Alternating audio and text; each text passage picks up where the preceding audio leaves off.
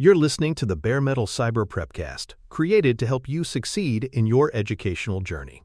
Learn more at baremetalcyber.com, where additional prepcasts, books, and training materials await. Let's get started.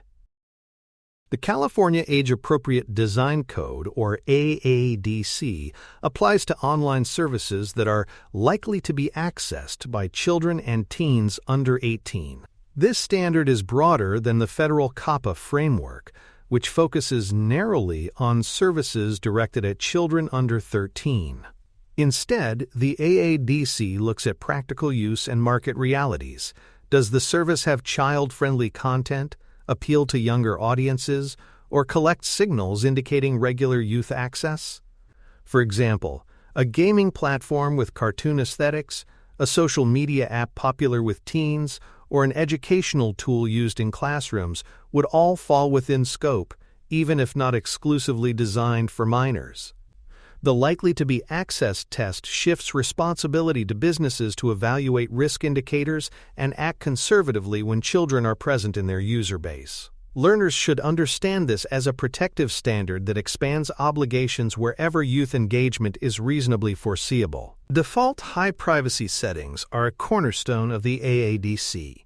Covered services must configure accounts for minors to provide maximum protection without requiring manual adjustments. For instance, location sharing should be disabled by default, contact lists should not be publicly viewable, and profile visibility should begin at the lowest exposure setting. The logic is that children and teens may lack the judgment or technical skills to navigate privacy menus, so defaults must protect them up front. This flips the typical business model of encouraging openness for engagement. Instead, safety and restraint become the starting point. For learners, this principle reflects the shift from reactive to proactive privacy, ensuring protections are baked into the initial design rather than left to young users to configure. Data minimization under the AADC restricts collection to what is necessary for the service's core functions. This means platforms cannot gather additional information simply because it may be useful for advertising, analytics, or future development. For example, a study app may legitimately collect login credentials and progress data, but has no justification to harvest precise geolocation or browsing history outside the app. The goal is to prevent the accumulation of sensitive information about minors that could expose them to risks if repurposed or breached. Learners should see this as a safeguard against function creep. Every piece of data collected must be tied to a clear, child-focused purpose, reinforcing the idea that less data equals lower risk in vulnerable populations. Privacy by design and by default are explicit obligations under the AADC. This means organizations must integrate child protection into product development from the earliest stages, rather than bolting on privacy features at the end. Teams must evaluate how design decisions, such as feed algorithms, notification settings, or sharing options, affect children and teens. For example, if a music streaming app includes a social feature, the default should be private listening unless a user, with age-appropriate understanding, chooses otherwise. Privacy by default ensures that protections are automatically enabled, while privacy by design ensures that risks are considered before release. Learners should view this as a holistic requirement. It is not just about a toggle in settings, but about embedding child-centered thinking throughout the product lifecycle. Profiling and targeted advertising are sharply constrained for minors under the AADC. Businesses must limit or avoid creating behavioral profiles of children and teens for marketing purposes.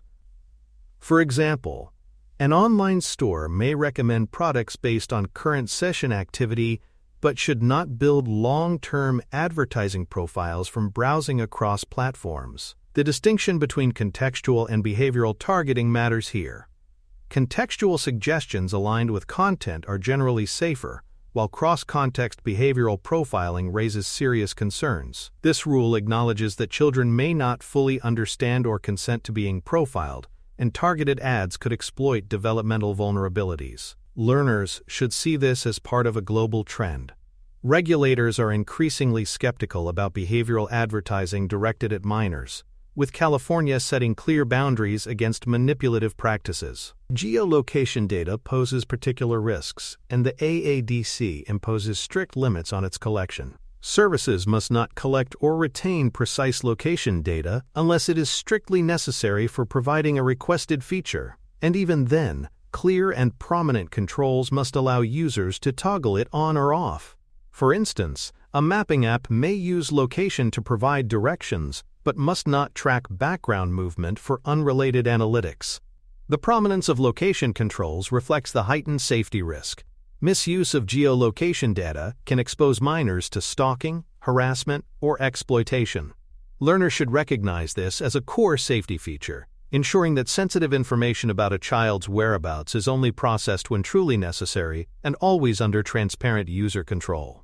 The AADC also addresses nudges or manipulative prompts that push minors toward weaker privacy settings or longer engagement. These include brightly colored accept all buttons contrasted with obscure reject options, prompts encouraging location sharing for full experience, or game mechanics that reward oversharing. Such tactics are restricted because they exploit developmental vulnerabilities, steering children toward choices they may not fully understand. For example, a social media app cannot design its onboarding to encourage public profiles by default through gamified nudges. Learners should view this as an extension of dark pattern prohibitions. When applied to children, manipulative design crosses into harmful exploitation and is explicitly prohibited. Transparency standards under the AADC require businesses to explain their data practices in clear, age-appropriate language. This means privacy notices cannot be dense legal text, but must use simple terms, graphics, or even interactive explanations that children and teens can reasonably understand. For example, a video app might use a short animation to explain how watch history is saved and how to delete it. Transparency is not just about compliance. It builds trust and empowers young users to participate in their own privacy decisions. Learners should understand that transparency under AADC is developmental.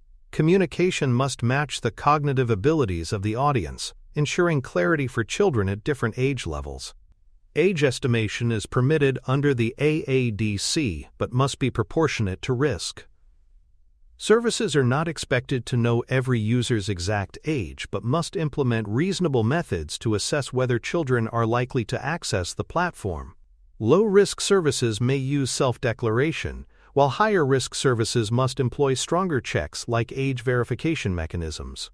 For example, a social platform with significant sharing features may need more robust age gating than a homework helper app. The proportionality principle avoids overcollection of data while ensuring services cannot plead ignorance about youth usage. Learners should see this as a balancing act. The law seeks to protect children without forcing services to collect unnecessary sensitive data about age. The AADC requires risk assessments similar to data protection impact assessments. These reviews must identify likely risks to children from features, data practices, and design choices. For example, an assessment might evaluate whether autoplay leads to excessive screen time, or whether default visibility settings expose minors to strangers. The outcome must include mitigation measures and formal sign-off before release. This creates a disciplined process where risks are identified, documented, and tracked. Learners should see this as the AADC's structural safeguard. It requires organizations to look ahead and anticipate child safety risks, rather than reacting after harm has occurred. Governance obligations ensure that risk management has accountable owners. Organizations must designate risk owners who sign off on assessments and track mitigation implementation. This accountability structure means responsibility cannot be diffused across departments. For instance, if a new chat feature poses risks of inappropriate contact, the designated owner must document safeguards, oversee deployment, and verify controls remain effective. Governance under the AADC resembles other compliance frameworks. Clear ownership ensures visibility, follow-through, and accountability at the leadership level. Learners should view governance as the backbone of implementation, making sure promises are not only designed but actually enforced across the service lifecycle. Restrictions on sharing and selling minors' data are particularly strong. Covered services cannot sell children's personal information and must impose strict limits on sharing, even for seemingly innocuous purposes like analytics. For example, a gaming platform popular with teens cannot transmit behavioral profiles to ad networks, regardless of consent. These restrictions cut off the flow of minors' data into secondary markets, where risks of profiling, exploitation, or loss of control multiply. Learners should see this as an alignment with broader California privacy rules but elevated for youth populations. Where adults may opt out, children are protected by outright bans and tighter default restrictions. Security measures under the AADC must be proportionate to the sensitivity of children's data and the risks of harm. This includes technical safeguards like encryption, monitoring, and access controls, as well as organizational measures like workforce training. For example, a social app collecting teen chats must implement end-to-end encryption and strict moderation protocols to reduce exploitation risks. The proportionality requirement recognizes that services with richer data and higher risks must apply stronger protections. Learners should see this as a dynamic standard. Compliance is not about adopting a static checklist, but about tailoring safeguards to the nature of child data and the context of use. Finally, incident handling practices must account for the special vulnerabilities of minors. Businesses must design response plans that prioritize child safety, including rapid containment, parental notification, and regulatory reporting when incidents affect children's data. For example, if a breach exposes location data of teen users, the organization must act quickly, not just to secure systems, but to alert families and authorities about potential safety threats. The emphasis here is on child protection, not just technical remediation. Learners should recognize that in the context of children, incident response is not only about system recovery, it is about safeguarding vulnerable individuals in real-world scenarios that demand urgent, empathetic action. For more cyber-related content and books, please check out cyberauthor.me. Also, there are other prepcasts on cybersecurity and more at baremetalcyber.com. High-risk features such as autoplay, social sharing, and public by default settings receive special scrutiny under the California AADC.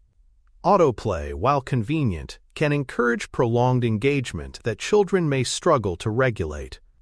Social sharing features can expose minors to unintended audiences, and default public settings often reveal more than a child realizes. The law expects organizations to review these features carefully and set them conservatively, ensuring defaults lean toward safety rather than exposure. For example, a video platform popular with teens should disable autoplay by default for minors and restrict initial visibility of posts to friends only. This review process acknowledges that design choices carry behavioral consequences, and when those choices intersect with youth, the stakes become higher. Learners should see these obligations as reminders that privacy and safety are not just about data flows, but about how digital environments subtly shape children's behavior and risk. Account controls are also emphasized, particularly around visibility and communication. Covered services must provide minors with tools to manage who can view their profiles, send them messages, or contact them in other ways.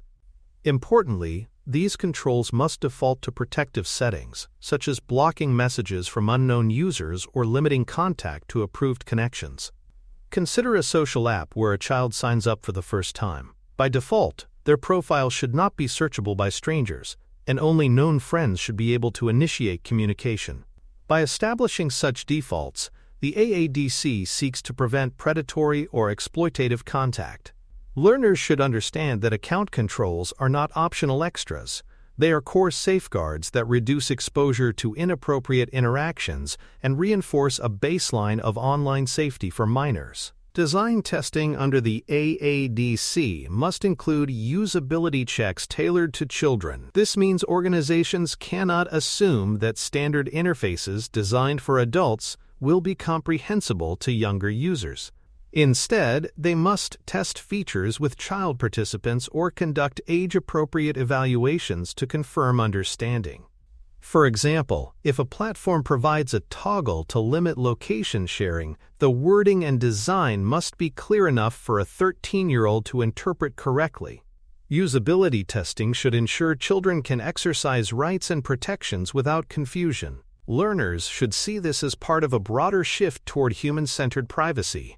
It is not enough for options to exist. They must be designed and validated in ways that match the capabilities and comprehension levels of the people expected to use them. Parental control transparency is another obligation. While parental controls can help safeguard children, they must not become covert surveillance mechanisms that undermine trust. The AADC requires services to disclose to both children and parents what monitoring or control functions exist, ensuring minors are aware when their activity is being tracked. For example, if a parent activates screen time limits or content filters, the child should be informed about these measures rather than monitored secretly. This rule balances parental oversight with respect for children's dignity and autonomy. Learners should appreciate the nuance here. Child protection and parental rights are important, but so too is the child's ability to develop trust in digital systems. Transparency keeps all parties aware and ensures oversight is applied responsibly. The AADC also extends consumer rights handling to minors, requiring businesses to support access, deletion, and consent withdrawal in ways that are practical for children and their guardians. For example, a teen should be able to request deletion of their old posts or withdraw consent for data processing given earlier in their account use. Parents or guardians may also exercise rights on behalf of younger children, provided the process includes verification. These rights ensure minors are not locked into digital histories that may haunt them later. Learners should think of this as digital hygiene. Just as one can clean up physical belongings over time, minors should have mechanisms to clean up digital traces, supported by businesses that must honor such requests promptly and respectfully. Dark pattern avoidance extends into sign-up, consent, and subscription cancellation flows. Businesses cannot design systems that pressure or trick minors into giving up more data or locking into services. For example, a game app should not use flashing colors or countdown timers to push a child into clicking "Share location now." Nor should it hide cancellation options behind complex navigation. These prohibitions recognize that minors are particularly vulnerable to manipulative design tactics, making fairness in interface design a legal requirement. Learners should see this as part of a broader regulatory trend. Laws increasingly scrutinize not just whether choices exist, but how those choices are presented. When design crosses into manipulation, especially for children, it undermines autonomy and invites enforcement. Vendor contracts take on heightened importance when third parties handle minors' data. Contracts must include clauses that address how child data is processed, specify retention periods, and require deletion upon request. For example, if a children's learning platform uses a cloud analytics provider, the contract must ensure that provider cannot retain student data for secondary uses after the service ends. Verification of deletion must also be documented. These clauses ensure accountability across the chain of processing, preventing gaps where minors' data could escape protections. Learners should understand vendor management as the extension of compliance obligations. The promises made to children and parents must flow downstream to every partner, supported by enforceable legal agreements. Documentation of risks and mitigations is another explicit duty under the AADC. Before launching a product or feature likely to be accessed by minors, organizations must record identified risks, the mitigation steps taken, and the decision whether to proceed. This creates a go, no-go checkpoint that ensures child safety is not overlooked in the rush to market. For example, if a social feature carries risks of bullying, the documented record might show the addition of robust reporting tools and default limits before approval. Learners should see this as evidence of maturity.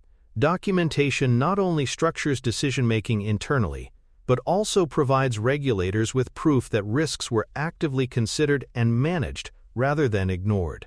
Training requirements extend to all teams involved in building or maintaining services likely to be accessed by minors. Product designers, engineers, and trust and safety staff must understand AADC duties and how they apply to their daily work. Training should cover obligations such as data minimization, default privacy settings, and manipulative design restrictions. For example, a designer creating a new onboarding flow should know how to avoid nudges that steer children toward weaker privacy. Training reinforces that compliance is not siloed in legal teams but is embedded across disciplines. Learners should appreciate this as a cultural change. Child privacy becomes a shared responsibility, and training equips every contributor to uphold the standard consistently. Cross-jurisdiction reconciliation is necessary because California's AADC overlaps with federal and other state child privacy laws.